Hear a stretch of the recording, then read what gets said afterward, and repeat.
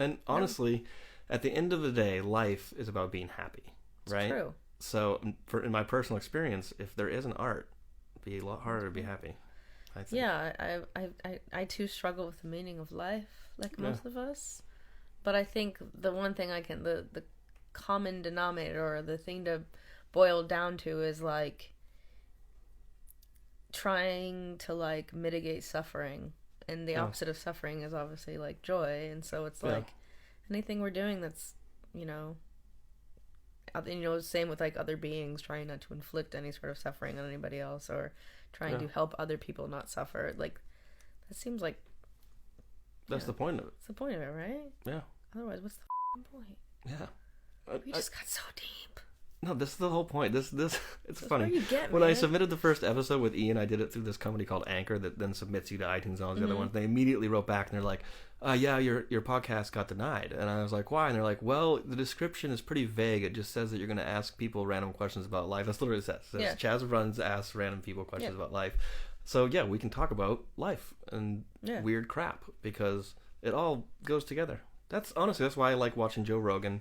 Or I told you I've been listening to Dax Shepard recently. Like, yes, he's talking to celebrities and entertainment, but they're mostly talking about their lives, like having kids or the drugs they did when they were in high school or weird stuff like that. Well, that's much more relatable than just talking about an industry that most people don't work in. Yeah.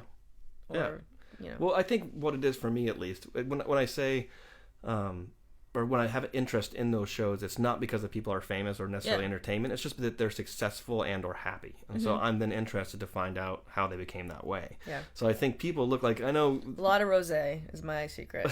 Yes. Rosé and Jana puppies. sleeps till noon. Yep. Then immediately gets drunk. Really get drunk. That's it. Eats a donut or 2 or 5 and then goes back to bed. And if she finds time to write, so be it.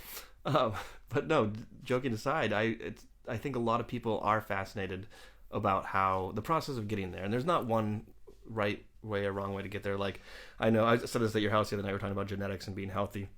I had a friend whose grandfather lived till 98, woke up, smoked a cigarette, took a shot of whiskey, and ate eggs and bacon. That was his routine. So Tim Ferriss on his podcast talks to a lot of like Fortune 500 CEOs about when they wake up and what their whole process is. But there's no right way to get there. No, it's obnoxious because a lot of those people that get up and like go at 6 a.m. and don't stop, like, there's also a certain personality that thrives off that. And so yes, maybe that is why they're so successful, but success looks different to everybody, and maybe not, being number one isn't everyone's ideal success. I mean, I think there's a reason why a lot of super successful people are not to shit on them, but may not be happy because they may not have a balance, so no, I don't get up at 6 every morning and start writing, but I do work very hard, and that is like the key, is working really hard. But at some point, it's like, living in LA, everyone's like, you gotta go to every party, you gotta go to every event, and there's some truth in it, because you do randomly meet people, and then 7 years later, that could turn into like some sort of, partnership that ends up being the thing that breaks you. But also it's like, no, that. Staying home and watching Netflix. Yeah. There's this guy, Gary Vaynerchuk, who talks about a big game about how he's constantly working all this stuff, but he says, I understand if that's not you. Yeah. Right? Like, you don't, like, Mark Wahlberg, I saw an interview with him the other day, wakes up at 4 a.m. Yeah. Okay?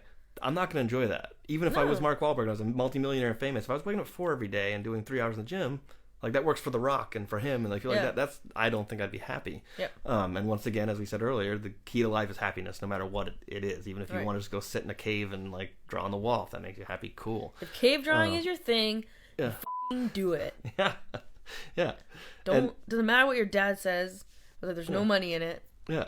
But the thing with Mark Wahlberg that I love, Marky Mark, is that, and I love that he has those two names, he's two different people. So at one point, when he was younger, he was like getting in trouble, going to jail, drinking on the weekends, sleeping until noon, being a D-bag, probably. Like, I don't think I would have liked meeting young Marky Mark in Boston. If you were in I would have Dorchester, like, I would have been like, he probably would have beat me up. I would have been like, this guy's a douche. And then you now fast forward to how successful, and he's so humble and nice and generous and in shape and all this stuff. So if you're listening to this and you're like, I'm a piece of shit, and I'm watching Chaz and Jan, and I can't believe what Jana's achieving with a Netflix movie, you might be in your Marky Mark stage, and eventually you're going to be Mark Wahlberg. So you don't have to be waking up at 4 a.m. right now. It also depends how old you are. If you're like 19 listening to this, you're going to be in an entirely different place than when you're 40. And so there is no right or wrong way to get there. Yeah. You just watched a segment of the show Chasms of the Mind. To see the full episode, click the link below.